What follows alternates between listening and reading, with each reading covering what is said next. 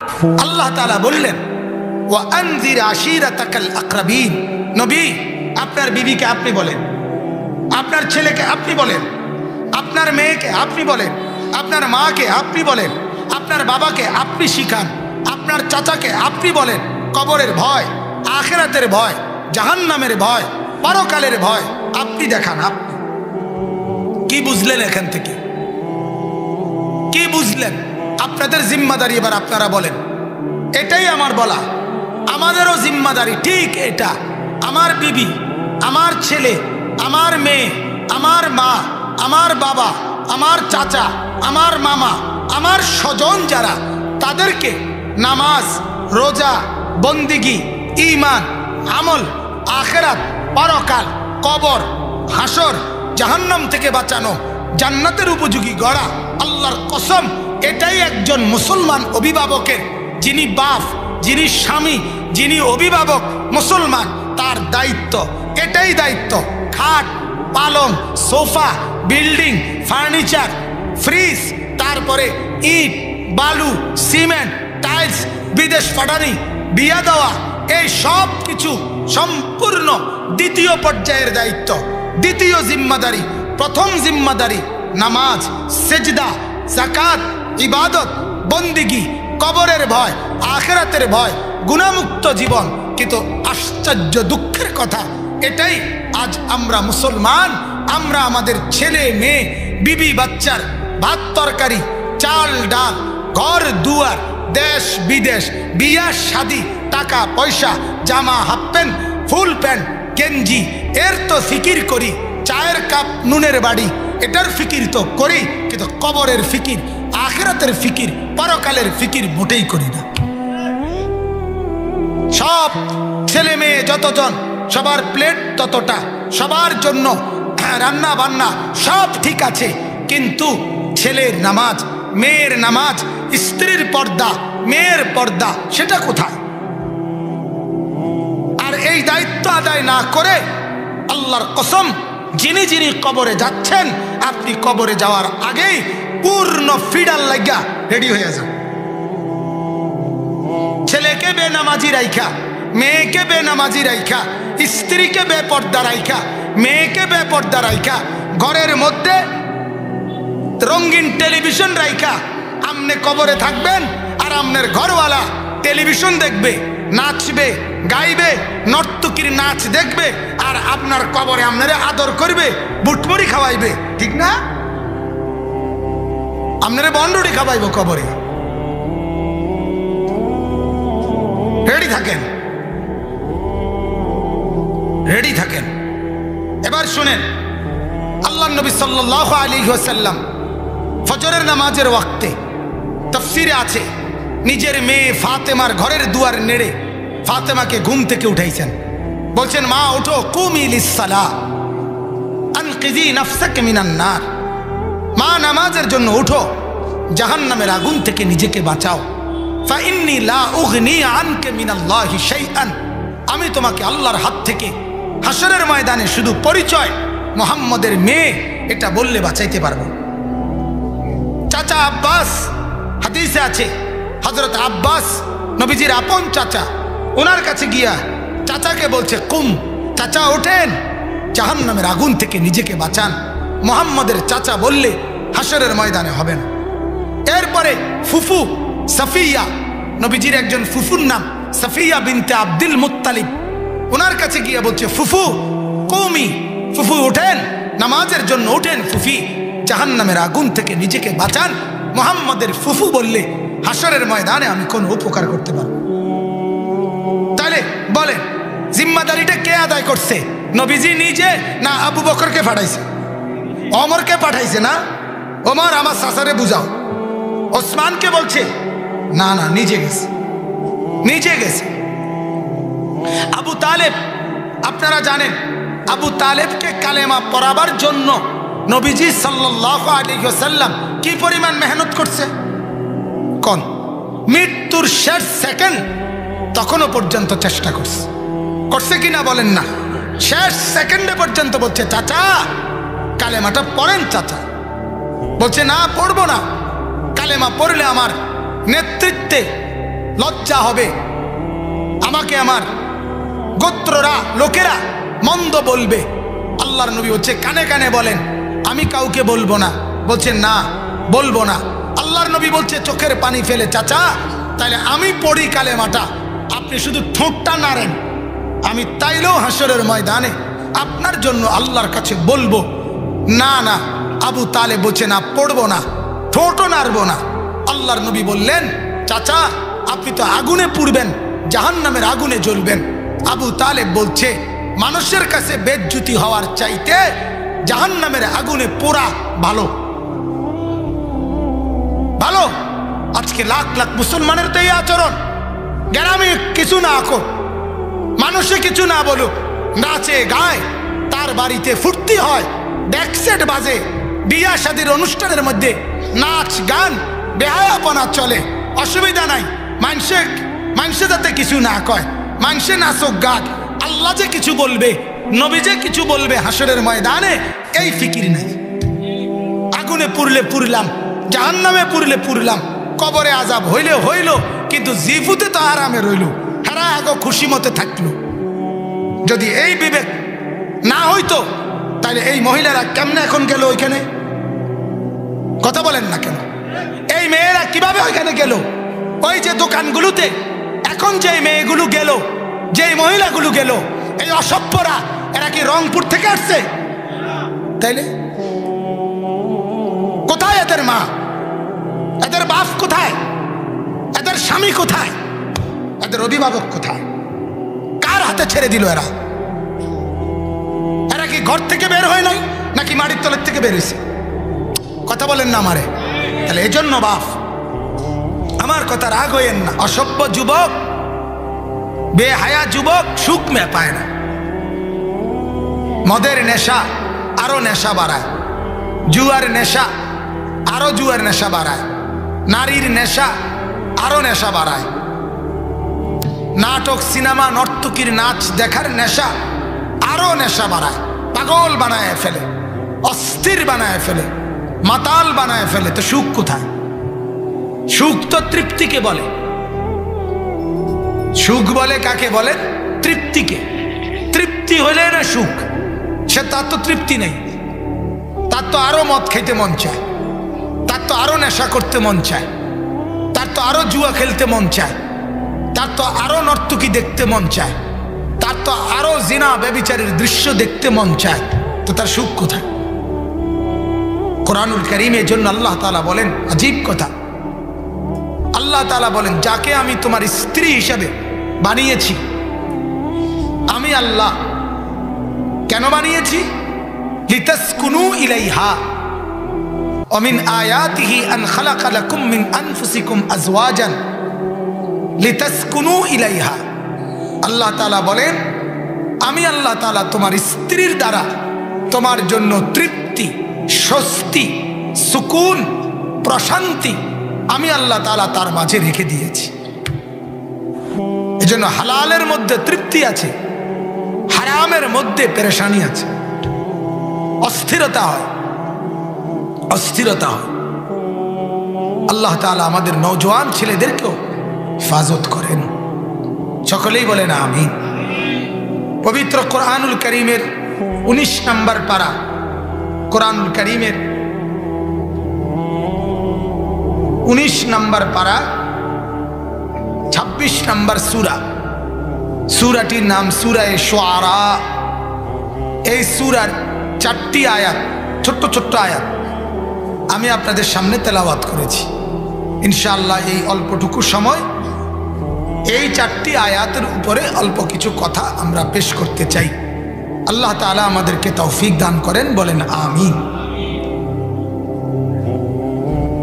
এই আয়াতটির প্রথম আল্লাহ তাআলা আমাদের প্রিয় নবী সাল্লাল্লাহু আলাইহি ওয়াসাল্লামের লক্ষ্য করে, ওনাকে লক্ষ্য করে আল্লাহ তাআলা বলছেন, আর ওনার মাধ্যমে আমাদের সমস্ত ঈমানদার উম্মত আমাদেরকেও আল্লাহ তাআলা সবক দিয়েছেন, শিখিয়েছেন। আমার বন্ধুকে আমি যা করতে বলেছি সেটা তোমরাও করো, তোমরাও করো।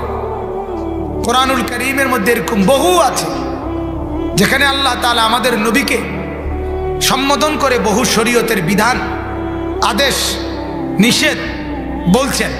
মাকসাদ যে দোস্ত আপনাকে যদি করতে বলি, আপনাকে যদি ছাড়তে বলি, তা আপনার উম্মত বুঝবে যেখানে আমার নবীকে বলছে সেখানে আমি তার চাইতে বেশি গুরুত্ব দিয়ে পালন করা দরকার। যেমন কোরআনে আছে, আল্লাহ তাআলা বলেন, উতলু মা উহিয়া ইলাইকা মিনাল কিতাব। নবী, আমি আল্লাহর পক্ষ থেকে আপনার উপরে যেই কিতাব নাজিল করা হয়েছে আপনি সেটা তেলাওয়াত করেন। আপনি কোরআন তেলাওয়াত করেন।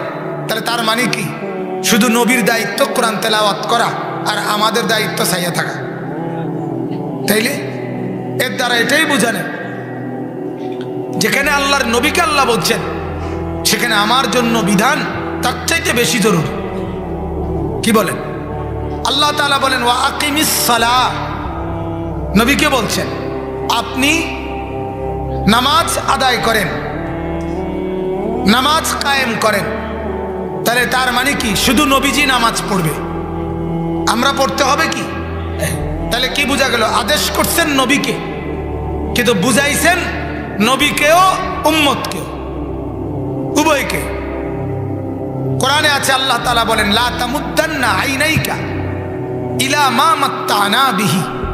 নবী, বন্ধু আমার, চতুর্দিকের দুনিয়ায় আমি যেই অর্থ সম্পদ, মাল দৌলত দুনিয়ার মধ্যে দিয়েছি, অনেক সমৃদ্ধি, এর কোনোটার দিকে, কারো বাড়ি, কারো গাড়ি, কারো বিরাট জমি, কারো টাকা, এর কোনো কিছুর দিকে দুনিয়ার আপনি চোখ বড় করে তাকাবেন না।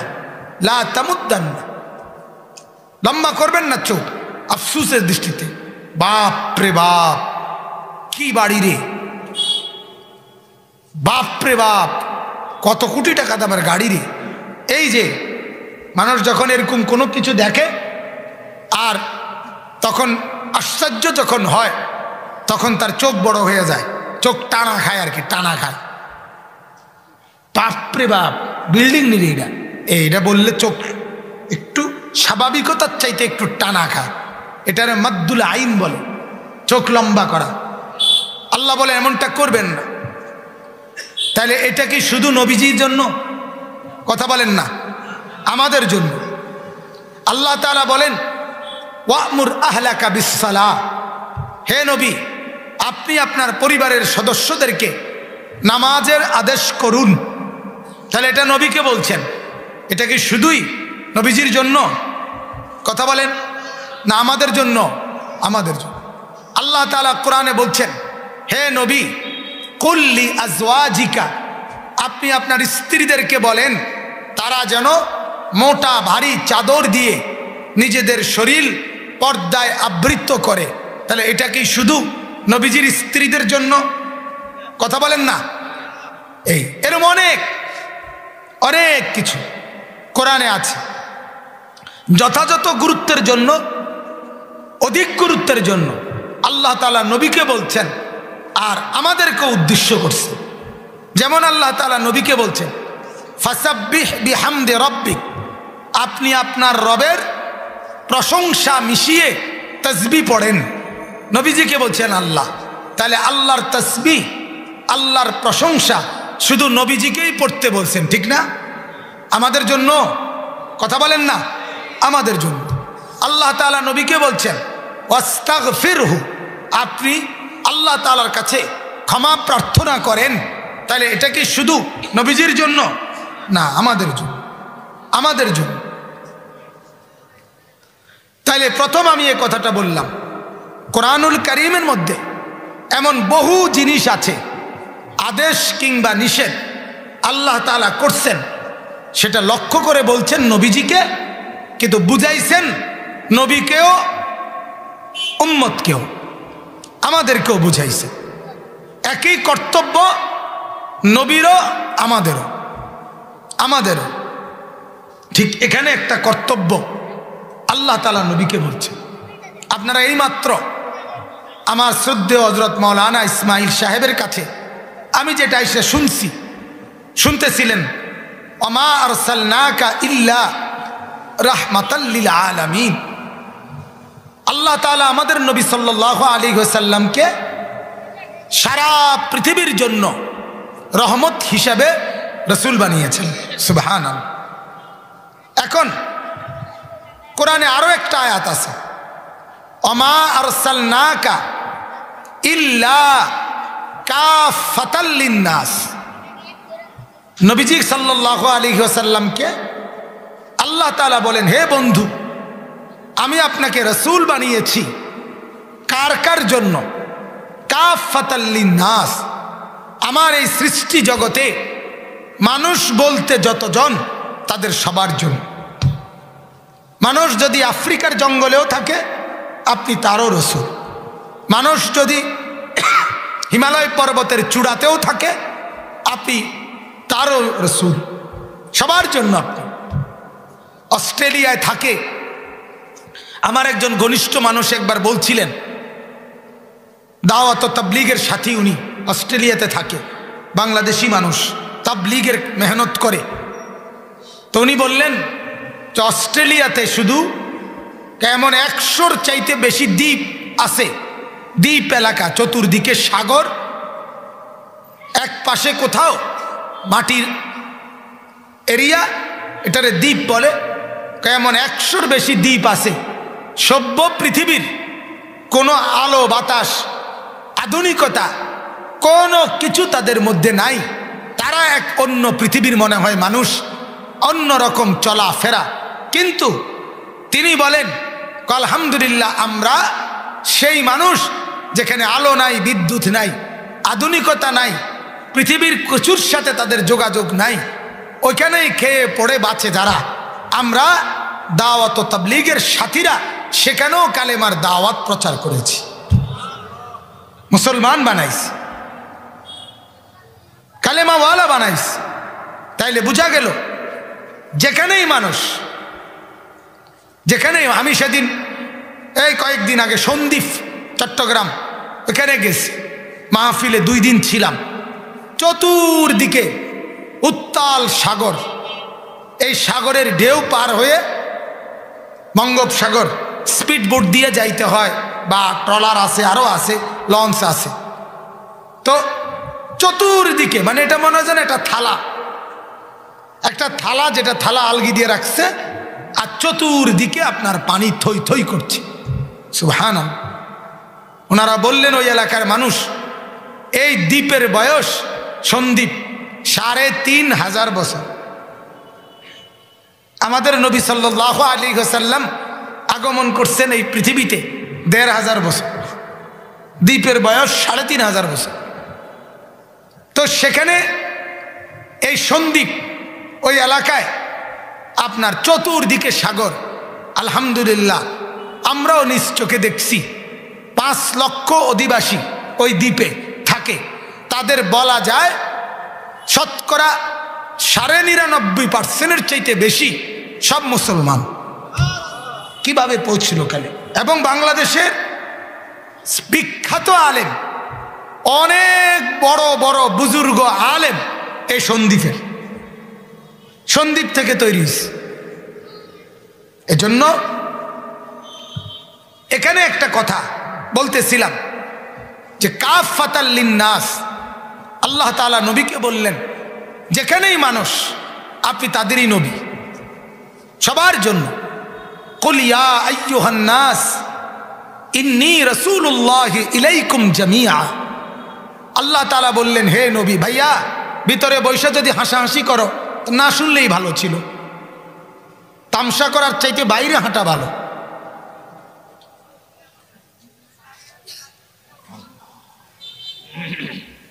বাহিরে যারা, আমি তাদের কাউকে কিছু বলতেছি কেন বলেন?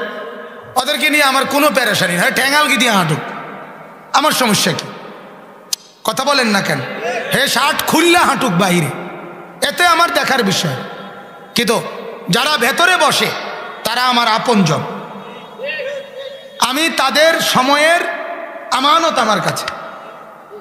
আপনারা যদি এখানে 50 জন শ্রোতা বসে থাকেন, 100 জন, তাহলে যদি 1 ঘন্টা সময় যায় তাহলে 100 ঘন্টা সময় গেছে। কয় ঘন্টা?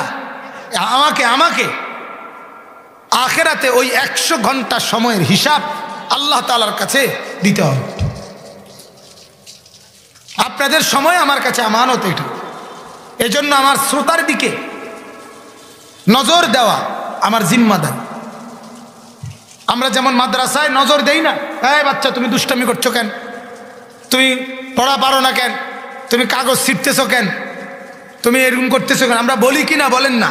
তো এটাও তো আমরা আপনাদেরকে আপন মনে করি বলেই তো বলি। আপনার মতো আমি আমার মতো, এই তামসার নাম ওয়াজ না, এটার নাম কি না? ওয়াজ। শ্রোতা আর আলোচক নিবিড় আত্মার সম্পর্ক তৈরি হওয়া, এটার নাম বয়ান, এটার নাম বয়ান। সাহাবায়ে কেরাম আল্লাহ নবী সাল্লাল্লাহু আলাইহি ওয়াসাল্লামের বয়ান শুনতেন। হাদিসের মধ্যে আছে কাআন্না আলা রুউসিনা তাইর। হযরতে বারা ইবনে আযিব বলেন, যেন আমাদের মাথার উপরে পাখি বসতো, পাখি। আমরা একটু নড়তাম না নবীজির সামনে যখন বসতাম। এজন্য বাপ, এটা জরুরি। আমার ব্যক্তিগত তবিয়ত, আমি সবসময় এই তবিয়ত আমার, যেখানেই মাহফিলে যাই শ্রোতা সদর বদর করবে, গাফেল আমি তাকে বয়ান করব, জি না, নালে না করলাম কি না বললাম, আমি তো কোনো পয়সার চুক্তিবদ্ধ গোলাম না, আল্লাহর জন্য বলা।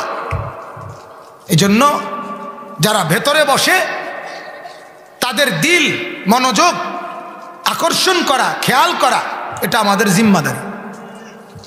তো বলতেছিলাম, গোটা জগতের জন্য আল্লাহ তাআলা নবীকে বলছে, আপনি বলেন ইন্নী রাসূলুল্লাহি ইলাইকুম জামিআন, হে লোক সকল, আমি তোমাদের সবার জন্য আল্লাহর রাসূল। এখন গোটা পৃথিবীর যেখানেই মানুষ, সবার জন্য আমাদের নবী হলেন নবী, রাসূল তিনি। কিন্তু আল্লাহ তাআলা কুদরতিভাবে একটা নিজাম করছেন। সেই নিজামটা কি?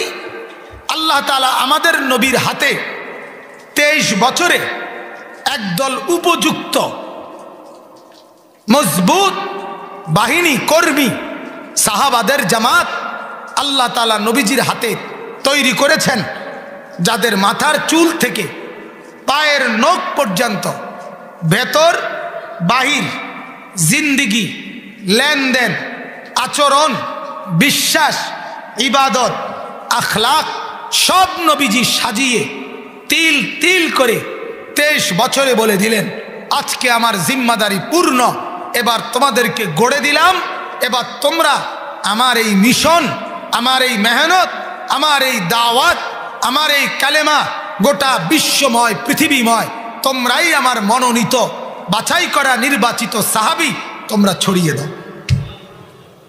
ফলে সাহাবায়ে কেরাম সারা পৃথিবীতে আল্লাহর নবীর এই দ্বীন, কালেমা, এটা ছড়ায় দিচ্ছেন, যার ফলে আজকে পৃথিবীর সর্বত্র ইসলাম পরিচিত।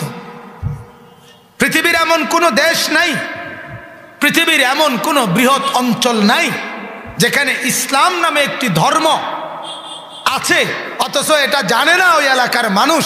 এমন কোনো মাটি, এমন কোনো ভূখণ্ড আল্লাহর জমিনে নাই। সুবহানাল্লাহ, এটা মালিকের ফয়সালা, আল্লাহ তাআলার কুদরতি নিজাম। ইসলাম সব জায়গায় পরিচিত। পৃথিবীতে অনেক ধর্ম আছে, আগের, বর্তমান, এমন অনেক ধর্মগুরু আছে, এমন অনেক মতবাদ আছে, পৃথিবীর অনেকেই জানে না, জানে না। কিন্তু ইসলাম জানে না, ইসলাম শোনে নাই, এমন কেউ নেই, এমন কেউ নেই। আল্লাহ তাআলার কুদরতি ইন্তজাম, সাহাবায়ে কেরাম তাদের মাধ্যমে আল্লাহ পৌঁছায় দিয়েছেন। আমার বলার উদ্দেশ্য এখন যে কথাটা,